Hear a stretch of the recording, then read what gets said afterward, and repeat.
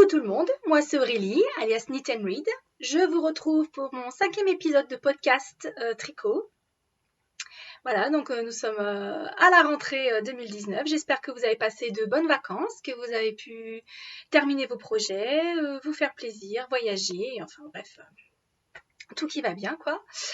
Et comme j'ai beaucoup tricoté, moi depuis la dernière fois qu'on s'est vu, donc au printemps, j'ai beaucoup de choses à vous montrer. Et alors, oui, ne vous inquiétez pas, le chat est dans les parages et je pense qu'il va encore essayer de me voler la vedette, hein, comme il le fait régulièrement sur cette chaîne. Voilà. Rapidement, en introduction. Donc, quelques infos. J'ai un compte Instagram depuis peu. Effectivement, le 21e siècle a fini par me rattraper. J'ai enfin un smartphone. Voilà, clavier tactile, c'est fini le clavier physique, etc. J'avais un BlackBerry avant. Donc, du coup, je suis un peu plus connectée qu'auparavant. Donc, voilà, j'ai un compte Instagram. Je vous mettrai la référence en barre d'infos. Je sais que c'est une plateforme que le monde du tricot apprécie. Donc, voilà, j'ai fini par faire mon mouton et créer un compte sur cette plateforme. Alors, aussi, à la fin de ce podcast tricot, il y aura comme d'habitude la petite section hors topic tricot. Donc, on reste sur la littérature comme on l'avait fait dans l'épisode précédent. J'avais fait le tag des classiques, des livres classiques, en me focalisant sur la littérature étrangère. Et puis, j'avais proposé de faire l'équivalent pour les classiques français. Et j'avais eu des bons retours dans les quelques commentaires qu'on m'avait laissés. Donc, c'est ce qu'on va voir aujourd'hui. Je vous laisserai en fin de vidéo avec l'Aurélie du passé, parce que c'est une section que j'ai déjà filmée un autre jour pour parler de littérature classique française. Voilà. De toute façon, vous aurez tout dans la timeline, hein, comme d'habitude.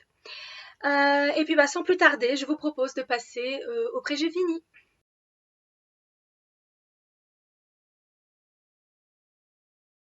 Donc, on commence avec les objets finis. Cette fois-ci, je vais commencer par les chaussettes. Donc, j'ai tricoté des chaussettes, hein, comme d'habitude. Il y en a une paire que je ne peux plus vous montrer, mais qui était dans les projets en cours dans la vidéo précédente. Donc, des chaussettes de Noël. Je vais vous insérer des photos puisque je les ai, ça y est, je les ai offertes à mon amie Émilie. Hein. Donc, le patron que j'avais utilisé, comme d'habitude, c'était le Vanilla Latte Socks. Je regarde mes notes. Hein. Je me souviens jamais de son nom. Hein. Pourtant, j'ai fait 15 fois la même paire de chaussettes, mais c'est pas grave. Donc, de Virginia Rose Jeans. Donc, c'est un patron gratuit sur Ravelry. La laine que j'avais utilisée, c'était ma dernière pelote de Walbut. Vous savez, j'avais acheté ces 3 grosses pelotes de laine. Il me reste là.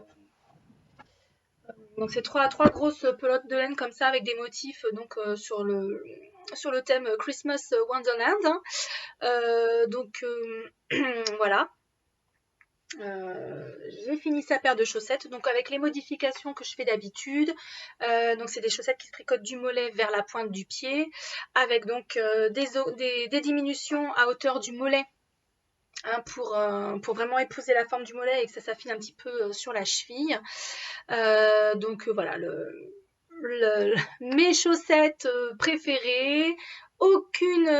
Rien d'exotique, hein, vraiment j'ai fait comme les paires précédentes. Donc je vous renvoie vers mes podcasts précédents si ça vous intéresse. La seule différence, c'est que Émilie fait un 41, donc voilà, le pied est un petit peu plus long que les modèles précédents, mais sinon vraiment c'est exactement la même recette avec les mêmes modifs. Pareil, je vous renvoie sinon vers la fiche Ravelry, hein, puisque j'avais mis toutes les modifications à jour et comme je vous l'ai dit, c'est toujours la même recette. Et là où ça a changé, c'est pour la paire de chaussettes que je vais vous montrer maintenant. Donc deuxième paire de chaussettes, celle-ci. Donc il s'agit comme patron des chaussettes de la Schtroumpfette. C'est pas facile à dire. Chaussettes de la Schtroumpfette, voilà. D'Élise Dupont, donc pareil, un modèle gratuit que je pense que vous connaissez toutes, hein, et tous, donc sur Ravelry. La laine, c'est de la Bergère de France. Donc une qualité que j'aime beaucoup, la Goumi 50, donc vraiment de la laine à chaussettes. Hein. Cette fois-ci dans le coloris imprimé jaune. Alors à la caméra, la couleur vous la voyez pas trop mal. Et alors pour moi c'est imprimé vert. Enfin, il y a des pointes de jaune, mais enfin, c'est quand même des chaussettes surtout vertes. Hein. Je sais pas ce que vous en pensez, mais bon. Enfin bon, notez quand même que le coloris c'est imprimé jaune. Bref. Donc là, j'ai changé de patron. Je n'ai pas fait mes Vanilla Latte Socks habituels parce que j'en ai marre de me retrouver avec Watt 1000 de laine, ça va tenir, voilà. Watt 1000 chutes de laine dont je vais me servir pour faire des chaussettes pudding ou peut-être des chaussettes pour les enfants de la famille. Enfin voilà, j'en ai marre. J'avais vraiment envie de trouver une astuce pour utiliser une pelote par chaussette. Voilà, pas de reste, rien, il y en a marre quoi. Donc des chaussettes qui montent vraiment jusqu'au genou à ce stade. Attendez, je les rattrape parce qu'elles ont essayé de se faire la malle. Donc, j'ai choisi le patron les chaussettes de la Schtroumpfette parce que ce sont des chaussettes qui se tricotent de la pointe vers le mollet. Donc évidemment, si on commence à la pointe et qu'on monte jusqu'à ce qu'il n'y ait plus de laine, bah, on s'adapte quoi. Donc la technique de montage. Moi, c'est une technique de montage que je ne connaissais pas. Enfin, j'en avais entendu parler sur des podcasts, etc. Mais je l'avais jamais essayé. C'est là, que je ne dise pas de bêtises. Sur ma feuille. C'est le Judy's Magic Cast-On, que vous connaissez sans doute si vous avez tricoté des chaussettes. C'est-à-dire cette technique de montage qui fait qu'on n'a pas de couture sur la pointe. Je vais en reparler pour un autre projet. Et qu'on peut partir des deux côtés. Voilà, et ensuite, donc, bon, avancer jusqu'au gousset. Cette fois-ci, pour ce projet, j'ai fait un talon avec des côtes A1 au lieu de faire juste du jersey en droit tout bête. Et vous voyez qu'elle est beaucoup plus longue. Donc vous voyez, si je compare avec une précédente, hein, parce que sinon ça va peut-être pas vous parler. Donc si je les mets bord à bord, donc voilà, une chaussette normale, la marron là, avec donc une Vanilla Latte Socks normale, et puis celle-ci en partant donc de la pointe cette fois-ci, vous voyez, bah, tout ce reste de laine, c'est les restes de pelote qui traînent toujours, qui me saoulent là, comme je vous ai montré. Donc là, j'ai vraiment utilisé toute la pelote pour aller au bout de ma chaussette. Alors, sur la façon de tricoter, moi j'ai vraiment quand même une préférence pour le tricot depuis le mollet jusqu'à la pointe et non pas l'inverse comme ça a été le cas pour ce projet. Notamment, j'ai trouvé que au niveau du gousset, bah, c'était beaucoup plus fluide de tricoter dans l'autre sens que d'aborder le gousset en partant de la pointe du pied. Je ne sais pas ce que vous en pensez, hein. N'hésitez pas à me dire dans les commentaires si vous avez une préférence, etc. Là, c'est la première fois que j'utilisais, que je partais dans l'autre sens. Donc, peut-être qu'il faut se faire la main aussi. J'ai fait tellement de chaussettes en partant du mollet que bon, c'est peut-être moi aussi.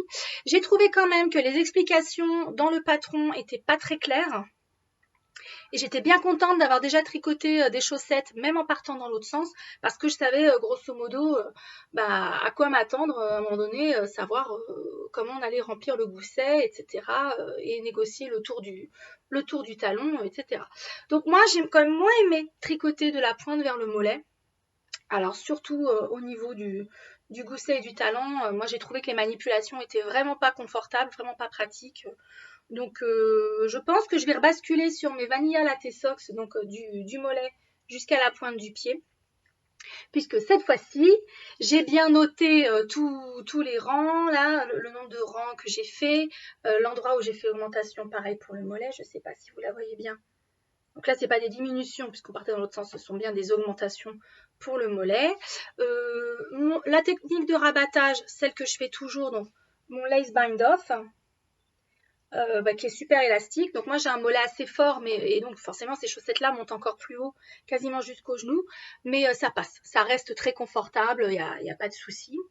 Donc voilà, moi le seul truc vraiment positif que j'ai retenu, au-delà du fait que maintenant je sais comment adapter mon patron pour utiliser vraiment une pelote par chaussette et plus avoir des restes qui traînent de partout, donc je sais pas trop quoi foutre, hein, pas...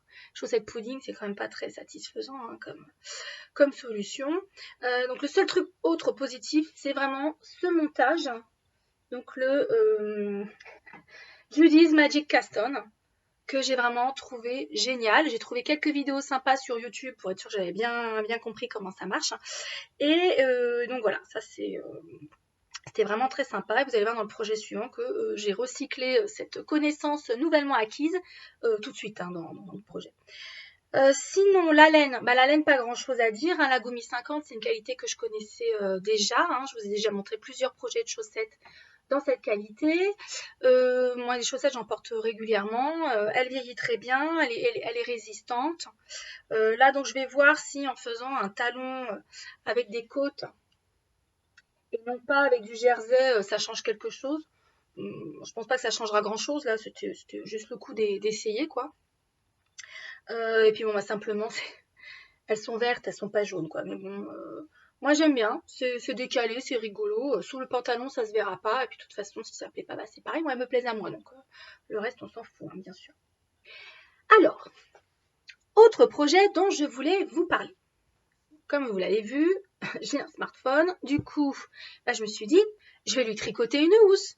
Parce que bah, c'est le genre de truc qu'on fait, quoi, quand on tricote. Et j'avais tellement envie de recycler le Judy's Magic Caston que je venais d'apprendre pour mes chaussettes, bah, que j'ai fait une chaussette à mon téléphone. Vous voyez pas la couleur, il est plus... il est plus turquoise que ça quand même. Là, vous voyez mieux les inserts verts. Bon, c'est pas terrible. Alors, le Caston, le voici. Donc, vous voyez, il est vraiment clean. C'est vraiment super pour partir des deux côtés avec une absence de couture, un Caston qui est vraiment propre.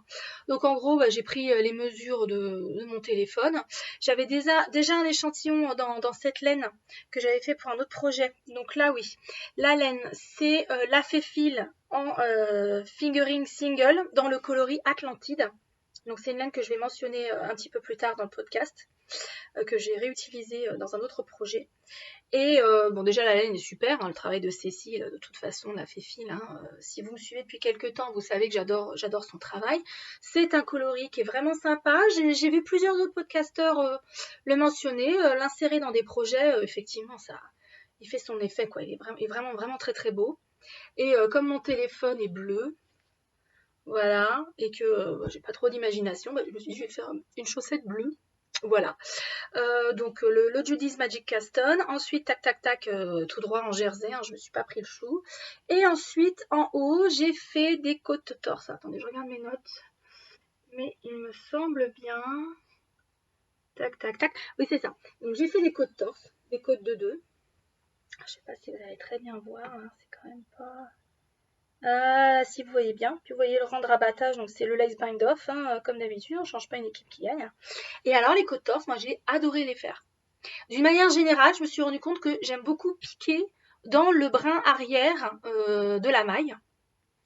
C'est un truc que je fais régulièrement quand je relève des mailles, parce que quand je relève des mailles, j'utilise un crochet, sinon je m'en sors pas. Déjà, ça fait chier, donc voilà. Quand je relève des mailles, je les pose sur mes aiguilles à la one again, comme elle se présente avec le crochet. Et puis forcément, au rang d'après, quand on tricote les mailles qu'on vient de relever, un coup elle se présente correctement, un coup elle se présente de telle façon que faut que je pique dans le brin arrière. Donc je m'en fous complètement parce que déjà ça ne se voit pas au tricot si on a piqué avant ou arrière. À un moment donné, ça s'égalise. Et puis je me suis rendu compte que le geste, j'aime bien piquer dans le brin arrière. Je sais qu'il y a des gens que les côtes torse, ça saoule, ce que je peux comprendre. Mais moi, en l'occurrence, j'aime bien. Alors, je trouve que le rendu, il est vraiment sympa. C'est-à-dire que les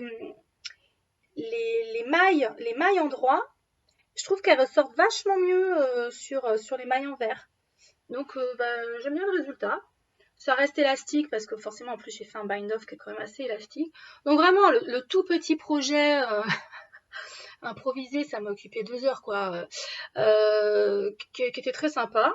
Bon, ça vivra le temps que ça vivra parce que ça va s'user très vite. En plus, c'est de la single, donc je vois qu'elle commence déjà à feutrer, déjà un petit peu à morfler. C'est pas grave, il me reste de l'Atlantide, donc quand celui-là il sera naze, j'en referai une, de chaussettes pour mon téléphone. Voilà, donc petit projet très très sympa. Mais j'ai pas utilisé de patron particulier, c'est juste on prend les mesures, on a un échantillon, puis on y va, quoi. Alors, comme il a fait chaud cet été, je me suis tricoté un bonnet. Voilà. Donc, eh ben, je vais vous le passer. Ça tombe bien, j'étais bien coiffée, donc ça va pas durer.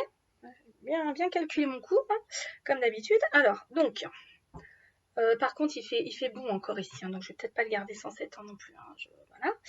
Donc, le petit béret, qui est bien. On voit bien la dentelle là? Ouais. Ok.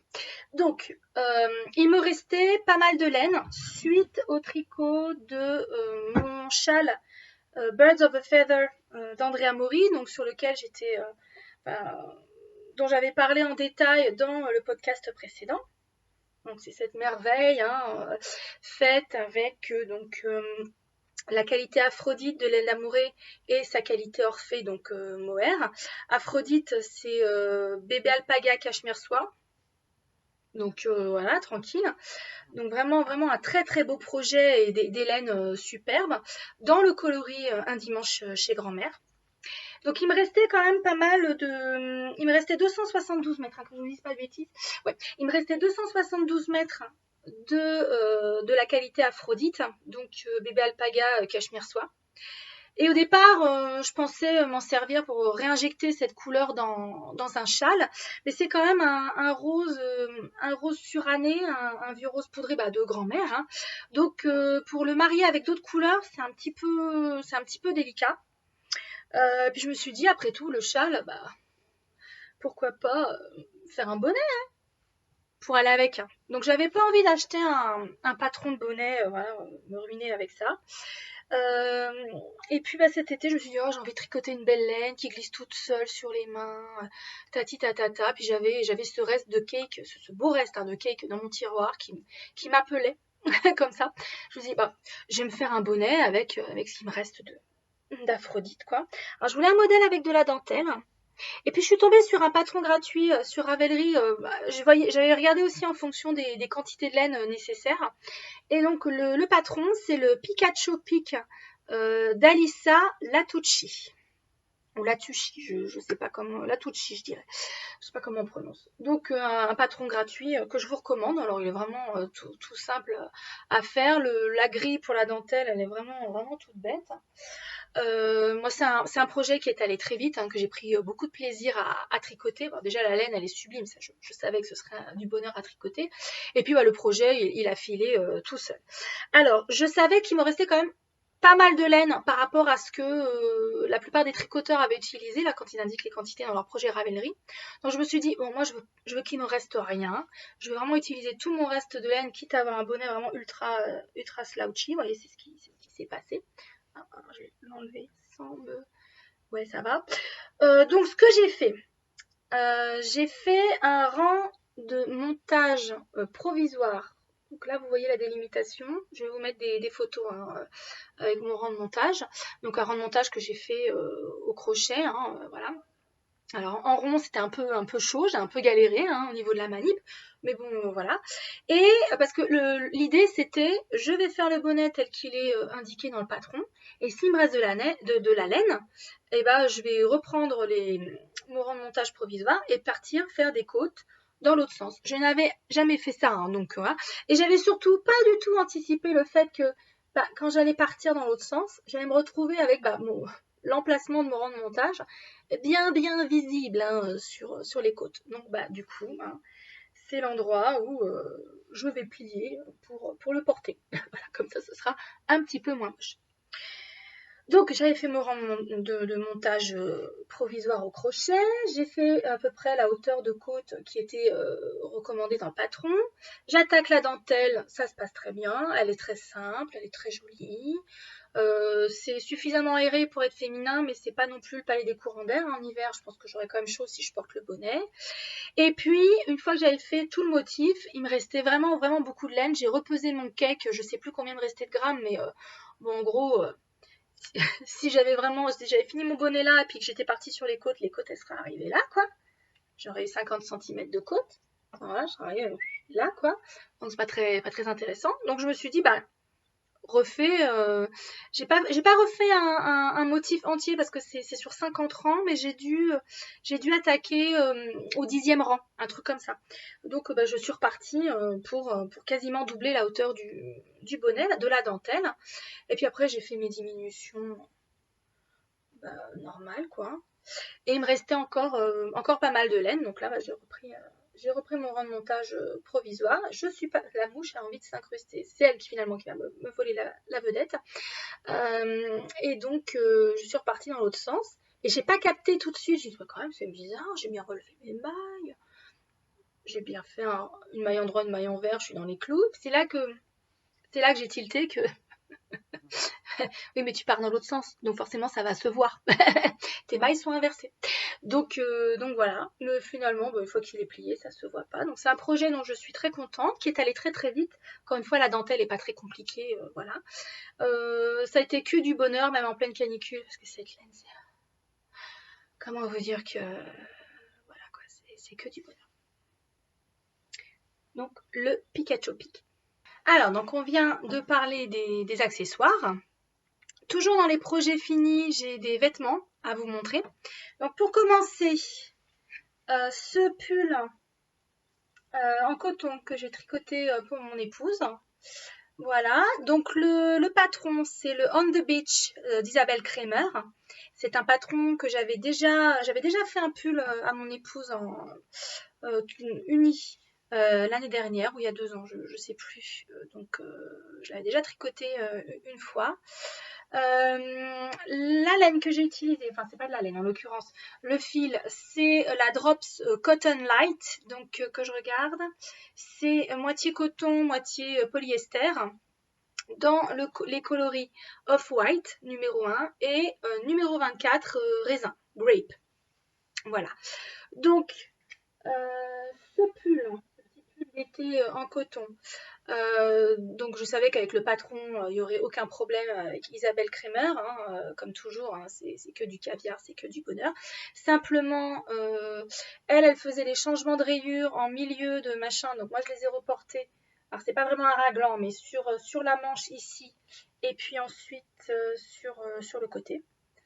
Ah là là là là, les fils. Ouais. Je sais pas vous, mais moi, quand je rentre les fils avec le coton, à un moment donné, ils ressortent. Pourtant, j'ai fait super gaffe parce que je sais que le coton, l'endroit où on rentre les fils, enfin la moindre erreur se voit avec le coton, ça pardonne vraiment pas, quoi. Et pourtant, voilà. Bon, toujours est-il que les raccords rayures, contrairement au patron, je les ai fait là. Et vous voyez que en faisant l'astuce de la première maille glissée au moment du changement de couleur, bah, ça va en fait. Il y a pas trop d'effet d'échelle. Bon, en plus, on est sous le bras, donc ça se voit moins. Mais il n'y a pas trop d'effet d'échelle. C'est plutôt clean, c'est plutôt propre, quoi.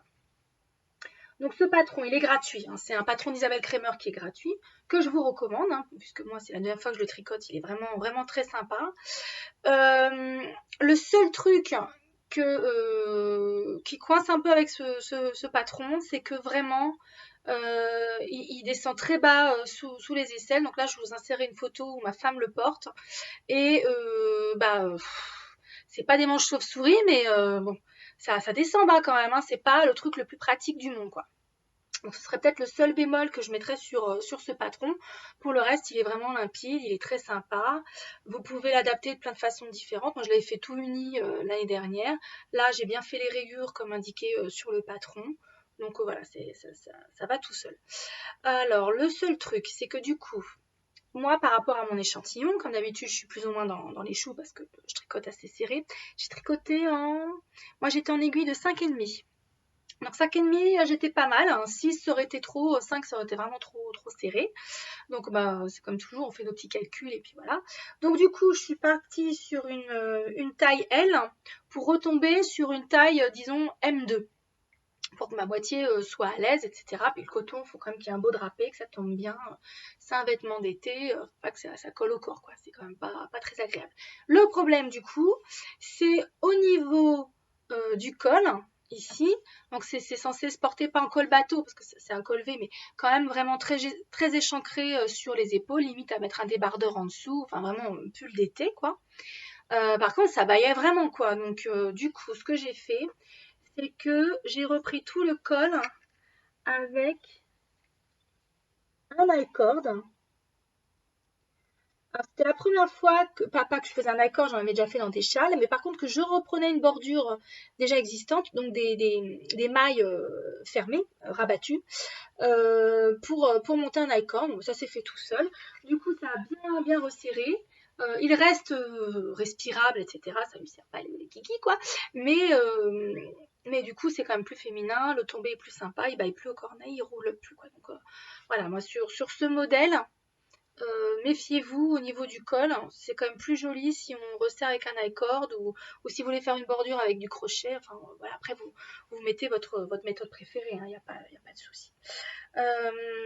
Pareil, je lui ai fait des manches longues, même si elle remonte ses manches parce que, comme j'avais déjà signalé, elle est quand même moins frileuse que moi. Avec des côtes de 2. Alors, je me suis vraiment pas pris la tête là. Alors, c'est blanc sur fond blanc, donc vous n'allez peut-être pas avoir grand chose. Ça sature à mort, là, ouais. Enfin, des côtes de 2, c'est pas non plus très très intéressant. Et mon rabattage lace bind off habituel, hein, parce qu'encore une fois, pourquoi j'en changerais alors que celle-ci est très bien, facile à faire, etc. Donc voilà, un petit pull en coton, très sympa. En tout cas, le résultat est sympa. Par contre, le tricoté, j'ai eu confirmation que moi, tricoter le coton, et je sais que je suis pas la seule, hein, loin de là, c'est vraiment pas mon truc, quoi. C'est sec, ça glisse pas sur les aiguilles, même les aiguilles métalliques, etc. Pour cacher les erreurs, pour rentrer les fils, c'est la merde. Excusez-moi, il n'y a pas d'autre mot, hein. Donc tricoter des trucs en coton, ouais, une fois par an pour l'été et basta, parce que c'est vraiment pas la matière que je préfère. Je préfère encore les acryliques ou des laines chargées en nylon, comme les laines à chaussettes qui sont quand même assez sèches, mais voilà, ou même des laines très rustiques, comme certaines laines islandaises que j'ai pu utiliser pour faire des pulls en jacquard, par exemple, qui sont quand même assez sèches, mais je préfère quand même travailler la laine au coton, quoi. Il y a pas photo du tout. Euh, Sinon, ce que je peux vous dire de plus sur ce projet? Donc le patron est top. Le coton, moi j'aime pas ça, donc voilà, bémol sur le fil. Cela dit, bon, j'avais fait l'échantillon pour tester, mais les laines n'ont pas dégorgé. Donc voilà, aucune crainte sur le violet et le blanc de chez Drops, là en l'occurrence. J'avais mis un petit peu de vinaigre blanc dans l'eau du blocage, mais rien de fou, quoi. Et vraiment, ça n'a pas dégorgé, ça n'a absolument pas bougé. Donc en tout cas, pas d'inquiétude si vous voulez partir sur du gros contraste comme moi. Avec la Drops, je pense qu'il n'y a pas de soucis particuliers au niveau des couleurs. Et puis, bah écoutez, finalement, elle n'a pas beaucoup porté hein, cet été parce que bah, il a fait tellement chaud. Je pense qu'elle va plus le porter genre en septembre que cet été en juillet-août parce que je sais pas chez vous, mais nous en Ile-de-France, on était plutôt en débardeur de là-bas, quoi. Voilà. Alors, j'ai encore un vêtement à vous montrer. Oui, quand je vous disais que j'avais beaucoup tricoté, j'ai beaucoup tricoté hein, depuis la dernière fois qu'on s'était vu. Et là, je vous montre donc mon gilet Reason, donc un modèle de Mélanie Berg que j'avais déjà tricoté l'année dernière pour mon épouse. Je lui avais fait un gilet dans les tons marron. Et puis, je vous avais dit dans le podcast précédent que j'avais tellement aimé. Alors là, évidemment, ça va saturer à mort, again. Hein. Ah si, là vous voyez bien. J'avais tellement aimé ce point texturé qui est sur le col que je voulais absolument me faire un Reason à moi aussi. C'est un patron donc, de Mélanie Berg qui est très très bien expliqué, qui est très sympa à faire, qu'on peut adapter au niveau des manches, des machins. Enfin, on peut quand même le personnaliser. C'est ce que j'ai fait avec celui de ma femme et avec celui que je vais vous montrer là. Donc, ouais, moi, encore une fois, c'est un patron que je ne peux que vous recommander. Il est vraiment top et ce point texturé, moi, je suis complètement gaga. La laine, donc c'est de la Hedgehog Skinny Single dans le coloris Teacup. Donc c'est un coloris que j'ai déjà mentionné sur cette chaîne que j'aime vraiment beaucoup parce que je le trouve à la fois frais, féminin et puis un petit peu culotté quand même parce que vous avez des touches de ce qu'il faut bien appeler du rose fluo quoi. Là, ça ne rend pas très bien justice, mais voilà, vous avez des splashes de rose fluo. Bon, moi déjà, du rose, c'est plutôt une valeur sûre. Et puis là, bah, ce coloris, je le trouve vraiment très très rigolo. Donc je me suis fait je vais le passer, un Reason, alors printanier, parce que celui de ma femme était vraiment très automnal dans les tons marron, rouge, etc. Mais bon, comme je l'ai fini cet été et que je ne l'ai pas porté, parce que bah, pour les mêmes raisons que celle évoquée juste avant, ça m'a fait trop chaud, bah, c'est mon Reason printanier, je vais le porter cet automne, hein, en l'occurrence. Mais c'est pas grave, on s'en fout. Alors, tac, tac, tac. Donc voilà. Attendez, je vais me lever quand même, puis et voir comment il tombe. Donc, oui, il y a un nœud derrière. Là. Pas très, oui, j'aurais pas dû mettre ça. Donc, voilà. Donc, je l'ai fait juste pour couvrir les reins. Il me restait de la laine, hein, mais je l'ai fait juste pour couvrir les reins, pour bien tomber dans le dos. Des manches longues. Normalement, c'est un modèle qui est en manche 3/4 avec des motifs de torsade, etc. Bon, moi, je suis frileuse, donc si je fais un gilet, je vais faire des manches qui vont, bah, vous voyez, jusqu'au doigt. Voilà. Et puis, j'ai pas fait les torsades parce que je voulais vraiment un truc sobre, vraiment que la laine, qui est quand même pleine d'inserts, de couleurs, pleine de splash, et le point texturé, soit un peu les stars du show. Hein. Donc les torsades, les machins, ça commence à faire beaucoup.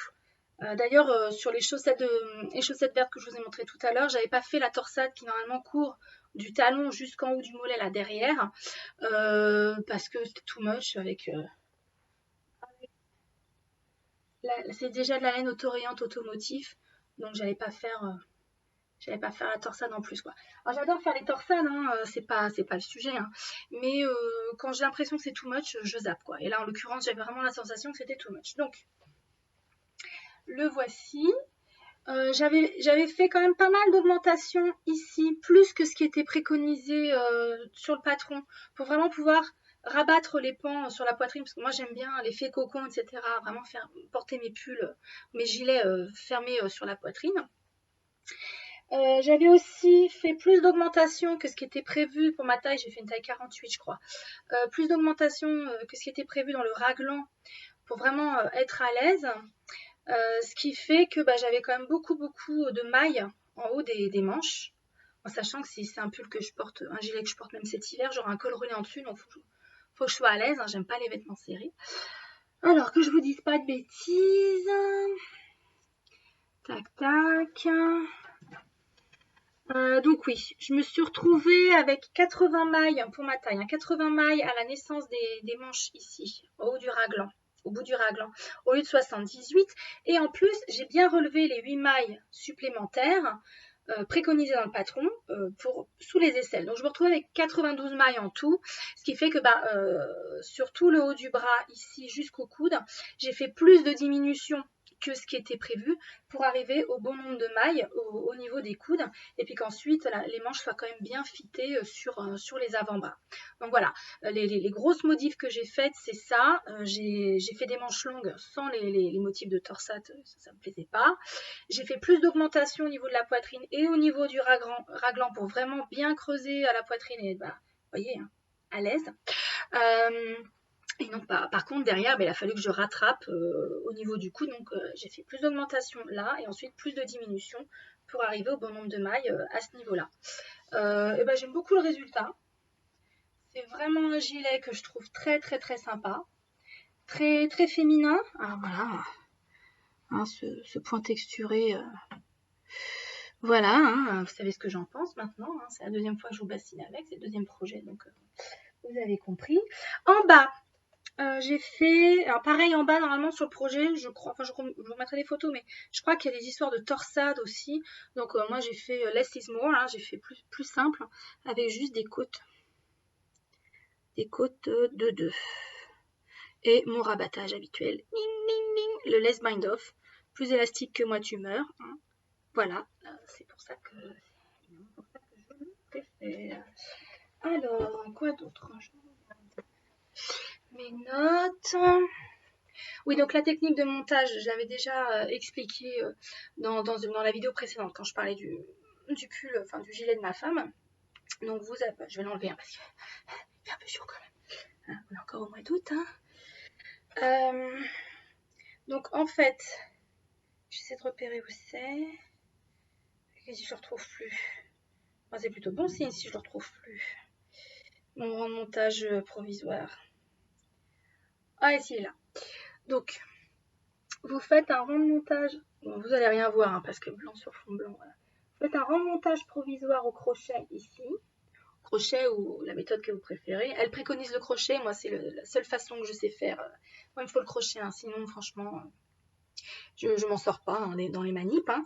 Vous faites une première bande du col en rang texturé. À peu près jusqu'à l'endroit où après vous allez attaquer les raglans. Vous mettez en attente. Vous reprenez votre rang de montage provisoire. Vous faites l'équivalent dans l'autre sens. Vous mettez en attente. Et ensuite vous rattrapez tout. Vous remontez les mailles ici. Et vous attaquez donc le haut du dos et le raglan. Le raglan qui est tout fin, très très féminin, qu'un système de mailles glissées. Très sympa à faire. C'est solide, hein, par ailleurs. C'est pas... Mais donc du coup, ça fait un rendu qui est quand même... Je vois pas du tout ce que je vous montre. Hein. C'est très très... Voilà, un rendu qui est quand même très féminin, très délicat. Que moi j'aime beaucoup. Donc bah écoutez, moi c'est un projet que j'ai eu énormément de plaisir à faire. J'ai tricoté en à peu près un mois, 4-5 semaines, avec des interruptions parce que j'ai toujours des problèmes de main, voilà. Et bah écoutez, j'attends qu'il fasse froid pour pouvoir commencer à le porter. Ma seule inquiétude, ça va être sur la durée de vie de la single. C'est vrai que pour ce genre de projet, moi j'aurais préféré utiliser de la retordue. Mais bon, dans ce coloris, il n'y en avait plus au moment où j'avais passé ma commande sur... comment ça s'appelle sur laine et tricot. Donc j'ai pris la single, je me suis dit bon, on va bien voir. Très agréable à tricoter, donc ça c'était une bonne nouvelle. Bon, la single de la fée fil, etc. J'en avais déjà tricoté. La hedgehog, je la connaissais qu'en retordue, donc bah, très bonne surprise. C'était vraiment très sympa à tricoter. Après avoir à l'usure, je pense que ça va boulocher très vite sous les aisselles, là où ça frotte sur les manches, ici les avant-bras. Bon bah tant pis, hein, à un moment donné, nos vêtements, il faut qu'on les porte aussi, quoi. Donc j'espère qu'il vieillira pas trop mal. Bah, sinon je m'en referai un. Hein, c'est pas grave, puisque c'est un modèle que j'aime beaucoup. Et je vous dis, le combo laine, enfin surtout le coloris, Teacup, hein, encore une fois, je suis complètement gaga, plus le point texturé, enfin le modèle, c'est allé super vite. J'étais à fond avec ce projet, ça a grimpé à toute vitesse. Ce qui n'est pas le cas du projet en cours dont je vais vous parler hein, dans un instant, où là on n'est pas du tout dans le même cas de figure. Hein. Donc on voit ça tout de suite.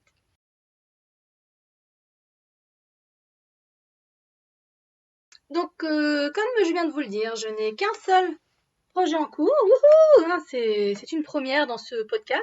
Bon alors, vous emballez pas, hein, j'ai des projets qui sont au dodo, hein, mais on va pas les compter. Hein. Donc j'ai un seul en cours qui me donne, sans mauvais jeu de mots, du fil à retordre. Hein, donc j'ai hâte qu'il soit fini hein, celui-là, parce que déjà je pense que le résultat va être super. Vous voyez comment je fais du teasing. Hein. Mais alors, la réalisation, c'est pas le projet de l'année quoi. C'est vraiment pas. Autant sur le Reason, comme je vous ai dit, je suis allée à fond la caisse, je me suis éclatée, j'étais à fond quoi. Autant celui-là, bah c'est un accouchement dans la douleur. Hein. C'est vraiment pas. Alors ça va mieux maintenant, mais alors toute la première partie du tricot, c'était. Je me suis pas du tout amusée quoi. Vraiment pas sympa quoi. Donc il s'agit du Old Romance de Rory Locatelli, donc créatrice bien connue hein, de tous les amateurs de Ravelry. Alors, moi, j'ai acheté, à une époque, j'ai acheté plein de patrons de Rory Locatelli, il y avait souvent des discounts, etc. Et j'en avais jamais tricoté un seul. Je sais pas si vous êtes comme moi, mais donc du coup vous avez des créateurs un peu, vous aimez beaucoup ce qu'ils font, etc. Vous voyez les podcasteurs, les podcasteuses, vous montrez ce qu'ils ont fait, vous dites ah c'est super et tout. Vous achetez les patrons, puis il n'y a pas de service après-vente, il se passe rien quoi après. Bah Rory, c'est un peu le cas pour moi. Et donc du coup, je dois avoir une dizaine de patrons que j'ai achetés sur Ravelry et j'en avais encore tricoté aucun. Et je pense que pour mon premier tricot, bah, je me suis pas loupée hein, puisque j'ai pris le donc son gilet Old Romance que j'ai vu mentionné évidemment dans plusieurs podcasts. Comme j'arrive toujours après la bataille, bah forcément c'était genre il y a un an ou deux où, quand il est sorti, tout le monde a fait ou tenté de faire son Old Romance. Et il y a quand même beaucoup de gens dont le feedback c'était il est très beau une fois qu'il est fini, très féminin, etc. C'est vrai que c'est un modèle qui a beaucoup de charme, mais alors le faire, et je confirme. C'est-à-dire que pourtant il est très technique, etc. Enfin moi c'est une construction que j'avais jamais vue, hein, mais alors, je me fais chier quoi. Je suis désolée. Hein. Si vous vous êtes éclaté en le faisant, bah, tant mieux pour vous. Mais alors moi, c'est vraiment pas mon cas. Donc là, maintenant que je suis arrivée à la mer de Jersey sous les bras, bah, ça va mieux. Parce que là, c'est du tricot zéro cerveau en regardant des podcasts, hein, ou du Star Wars, hein, ou des podcasts sur Star Wars, hein, quand on peut cumuler hein, différentes passions. Et donc du coup, bah, ça va mieux maintenant que je peux tricoter dans la voiture, que je peux tricoter devant la télé, enfin dans les podcasts. Voilà. Mais alors, toute la première partie, toute la construction, vraiment des épaules, les rangs raccourcis dans le dos, je vais y revenir. Bah non quoi. J'aurais pu m'amuser sur le papier, ça avait l'air super fun, un vrai challenge, etc. Et en fait non. Alors par contre, je reconnais que le patron est très bien expliqué. Il est en anglais, mais il est vraiment super bien expliqué. Donc là, pour le coup, Rory nous prend par la main, nous explique tout.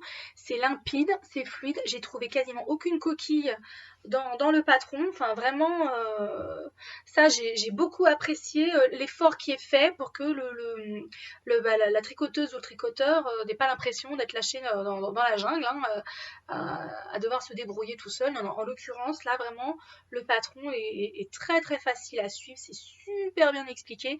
Donc, chapeau Rory sur ce coup-là, vraiment rien à dire. C'est juste que du coup, la construction, etc., moi, c'est pas pour moi, c'est pas des manips que j'ai pris plaisir à faire. Donc un petit mot sur les fils avant que je revienne en détail un petit peu sur mon expérience de ce premier tiers de gilet. Hein. Donc ce sont deux fils de la Féfil. Vous avez peut-être reconnu le coloris Atlantide que j'ai utilisé pour ma chaussette de téléphone. Donc le voici, qui est très très très joli. Vraiment, j'adore ce coloris. Et la couleur principale, donc je l'ai combinée avec un autre fil de la Féfil. Ce sont deux singles, hein, c'est des fingering en single. Et ce coloris-là, c'est lancé de Menhir. Donc un gris froid, très très beau, qui je trouve met vraiment bien en valeur l'Atlantide. Je trouve que vraiment c'est un duo gagnant quoi. Et vraiment très très beau. C'est des couleurs qui me vont bien. Hein, je sais pas ce que vous en pensez, mais je trouve que ça me va bien. Des couleurs froides, hein, de toute façon. Gris avec mes cheveux. Voilà. Donc vraiment le duo de fils très très sympa. Même inquiétude hein, sur leur durée de vie parce que c'est un vêtement que je fais en single. Donc c'est un peu un pari. On verra, hein, c'est un peu le même problème que pour la Hedgehog.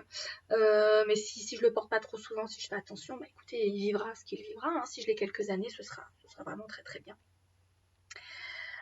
Au départ, c'était des laines que j'avais achetées pensant faire le Zweig.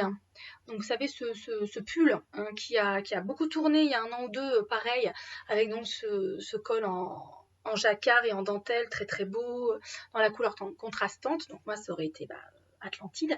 Et puis le reste du pull normal, donc moi ça aurait été lancé de Menhir, ma couleur principale. Et puis c'est vrai que moi, vu mon gabarit, les pulls, c'est quand même pas ce qui me met le plus en valeur. Hein. On va dire que le gilet, c'est quand même plus flatteur sur ma silhouette en forme de poire. Hein. On va pas se mentir. Donc le Zweig, plus je regardais les projets qui avaient été faits, plus je réfléchissais, plus je regardais les pulls que j'ai déjà fait pour moi, plus je me disais non. ça va pas... ça va m'aller comme un tablier à une vache, quoi. Ça va pas être très très joli. Peut-être plutôt faire un gilet. Et puis, donc, je regardais dans les, dans les patrons que j'ai déjà achetés, parce que j'ai claqué un peu de pognon sur Ravelry, hein. Et je vois celui de Rory Locatelli. Je me dis, mais cette dentelle sur les bras, mais en Atlantide, mais qu'est-ce que ça va être beau. Bah vraiment, j'ai eu un coup de cœur, j'ai dit ouais, le Old Romance avec Célène là, ça va vraiment, vraiment, vraiment le faire. Donc alors, soit vous l'avez fait, soit vous en avez entendu parler, hein. On commence par tricoter les 2 bandes de dentelle. Moi, la première bande de dentelle, j'ai un petit peu galéré parce que j'ai pas compris tout de suite comment on faisait les petits picots. Je faisais des mailles en trop, donc j'étais tout décalé. C'était donc sur une dizaine de rangs, la première répétition du motif, là, ça doit pas être ça. Et puis je suis allée regarder une démonstration sur YouTube. Je dis, ah, les picots, on les fait comme ça en fait. T'es pas obligé de laisser des mailles en plus ou en moins. Enfin, je sais plus quelle bêtise j'avais faite, mais bon voilà.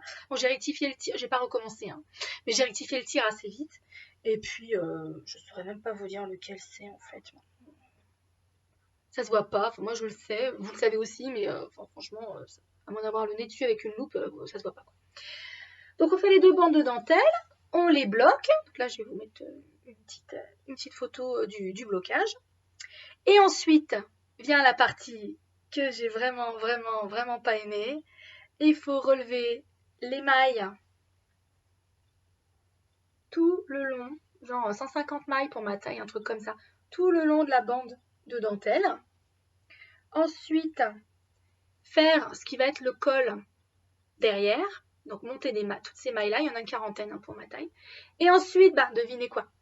Relever les mailles sur l'autre bande de dentelle pour faire l'autre manche. Donc en gros, relever 300 mailles dans la dentelle. Alors elle explique, elle, à quels endroits elle pique pour bien faire 3 sur 4 ou je sais pas quoi. Machin. Moi, ça m'a saoulée, parce que relever les mailles, ça me saoule. En plus, je suis au crochet, donc ça prend 3 plombes. Hein. Donc en gros, j'ai relevé les mailles à la one again. À chaque fois que je voyais une maille, je dis, oh là là, c'est pas mal, etc. Hein. Donc ce qui fait que, parce qu'on le fait 4 fois, hein. On fait les 2 fois qui sont dans le dos pour pouvoir, hein. Et puis à un moment donné, on va attaquer l'avant. Hein, bah, qu'est-ce qu'on fait? Rebelote, on relève les mailles de l'autre côté. Donc on relève 150 mailles 4 fois. Donc moi j'étais au bout de ma vie. Hein, voilà. Donc je comptais pas. Hein. Je recomptais à la fin, je disais ah, combien j'en ai? Il m'en manque 3. Combien j'en ai? Oh, j'en ai 10 de trop, dis donc. Et je réajustais au rang suivant au moment où on attaque donc, le jersey ici. Ça se voit même pas. Enfin, donc je réajustais, j'en rajoutais 3 ou j'en supprimais 10. Voilà. Dans le rang suivant et en piquant soit dans le brin avant, soit dans le brin arrière de la maille, selon la façon dont elle se présente. Puisqu'encore une fois, moi, quand je relève les mailles au crochet, c'est à la one again, hein, je les fous sur l'aiguille comme elles arrivent. Hein, voilà. Il n'y a rien de systématique, de répétitif, c'est pas encore au point, on va dire. Comme ça ne me passionne pas, je pense que ce sera toujours pas au point pour les prochains projets parce que... Donc voilà, je me suis retrouvée quand même pendant un bon mois avec juste mes bandes de dentelle qui dormaient dans le sac à projet en disant enfin je reprenne ce projet, mais vraiment le boulet quoi. Je me disais quand même c'est dommage, j'ai des laines magnifiques. Quand il va être fini, il va être tellement beau ce gilet. Allez, prends ton courage à deux mains, vas-y. À un moment donné, ça me saoulait tellement. Je sais pas si vous voyez, donc c'est vraiment de la dentelle, hein, on voit au travers. Ça me saoulait tellement que j'étais prête à tricoter un gilet en jersey droit, trouver un modèle tout bête, gratuit, etc. et recoudre la bande de dentelle par-dessus. Je sais pas si vous voyez un peu la feignasse, hein, quand même. Et puis je me suis dit non, quand même.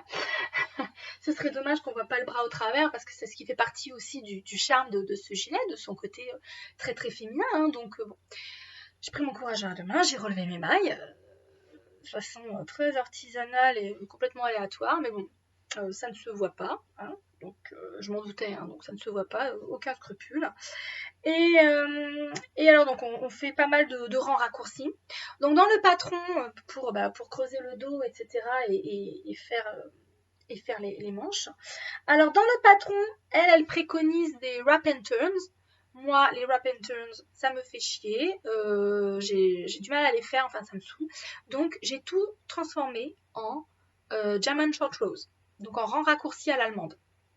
C'est pas compliqué, hein, au lieu, quand elle dit par exemple tricoter 20 mailles, puis faites un wrap and turn, quand vous faites des rangs raccourcis à l'allemande, bah vous tricotez 21 mailles et ensuite vous tournez et vous faites votre manip pour votre rang raccourci à l'allemande. Donc voilà, j'ai modifié le patron, c'est pas des grosses modifs non plus, hein, c'est systématique, c'est toujours la même manip, pour faire des German short rows sur tout le projet, hein, parce qu'il était hors de question que je fasse des wrap and turns. En plus, les German short rows sur le jersey en droit, c'est quand même hyper clean. D'ailleurs, j'arrive même pas à les retrouver. Là. Je regarde. Je les vois pas. Je les vois pas. Donc, je sais que c'est un rendu qui est très très clean. Ça dépend du point. Il y a des points où c'est quand même plus flagrant que d'autres, mais sur le jersey en droit, il n'y a pas de problème. Donc là, j'ai eu aucun scrupule à faire les modifs du patron. Ça. Et alors, autre modif, et parce que j'ai fait beaucoup de modifs. À un moment donné, donc quand on a relevé nos mailles des deux côtés, je vais peut-être le passer d'ailleurs. Je vais peut-être vous le passer. Parce que j'ai fini les deux manches. Il n'y a pas de pelote qui se promène vu que j'ai fini un cake hier soir. Un cake de lait. Oui, j'alterne pas les écheveaux non plus, hein, faut pas déconner. Je sais qu'il y a des puristes de l'alternance des chevaux. Moi, s'il y a un décalage entre les écheveaux, ça ne me pose aucun problème.